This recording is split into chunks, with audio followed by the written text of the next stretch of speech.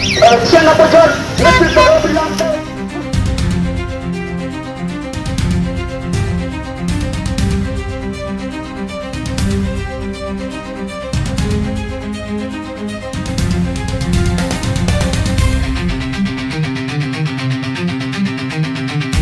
কলকাতা শহরে SDPI, WPI, ISF সহ 20টি সংগঠনের মূল নেতৃত্ব সহ মোট 94 জন নেতাকে গ্রেফতারের ঘটনায় ক্ষোভে ফুঁসছে রাজনৈতিক মহল।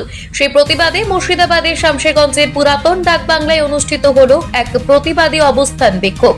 বিভিন্ন সংগঠনের নেতাকর্মীরা সরকারের স্বৈরাচারী পদক্ষেপের তীব্র সমালোচনা করেন। বক্তারা অভিযোগ করেন, গণতান্ত্রিক আন্দোলন স্তব্ধ করে দেওয়ার উদ্দেশ্যেই এই গ্রেফতার। আন্দোলন চালিয়ে যাওয়ার সংকল্প নিয়ে সমবেত হন নেতাকর্মীরা। অবিলম্বে গ্রেফতার হওয়া 94 জন নেতার নিঃশর্ত মুক্তির দাবিও জানানো হয় এদিনের জনসভা থেকে। আপনারা যারা সোশ্যাল মিডিয়া লক্ষ্য করছেন তারা দেখেছেন গতকালকে কলকাতার ওয়াই চ্যানেলে এই ধর্ণামঞ্চ পুলিশ মন্ত্রীর নির্দেশেই সেখানকার পুলিশ সেই ধর্ণামঞ্চে বানচাল করে, অতঃপর বিভিন্ন নেতৃত্বকে টেনে হিঁচড়ে তারা গ্রেপ্তার করে।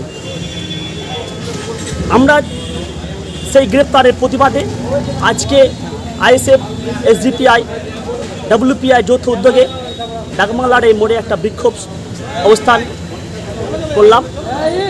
আমাদের একটাই দাবি, সরওয়ার হাসান, ডব্লিউপিআই নেতা আইএসএফ, নওশাদ সিদ্দিকী, এসডিপিআই হাকিকুল ইসলামকে অবিলম্বে নিঃশর্তে মুক্তি দিতে হবে, নইলে আগামী দিন বৃহত্তর আন্দোলন আমরা অনুষ্ঠিত করব। এই প্রতিবাদ আজকে আপনারা মিডিয়ার মারফতে গতকালকে দেখেছিলেন যে কলকাতায় রাজপথে একটা যে ধর্ণা মঞ্চ 20টি সংগঠন মিলে হয়েছিল, সেখানে নওশাদ সিদ্দিকী সহ একাধিক 96 জন নেতাকে অ্যারেস্ট করেছে। কী কারণে পুলিশ প্রশাসন কাছে কোনো প্রমাণপত্র দেখাতে পারছে না, এবং সেটা প্রতিবাদে আমরা আজকে শামশেরগঞ্জ বিডিও অফিসের গেটে একটি প্রতিবাদ শান্তি মিছিল করেছি।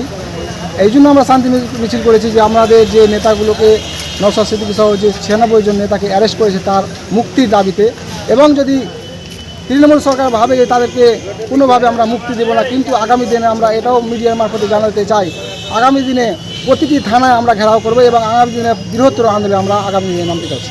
কি নাম আপনার? আমার নাম মোহাম্মদ মহিদুল হক, আইএসএফ ব্লক সভাপতি।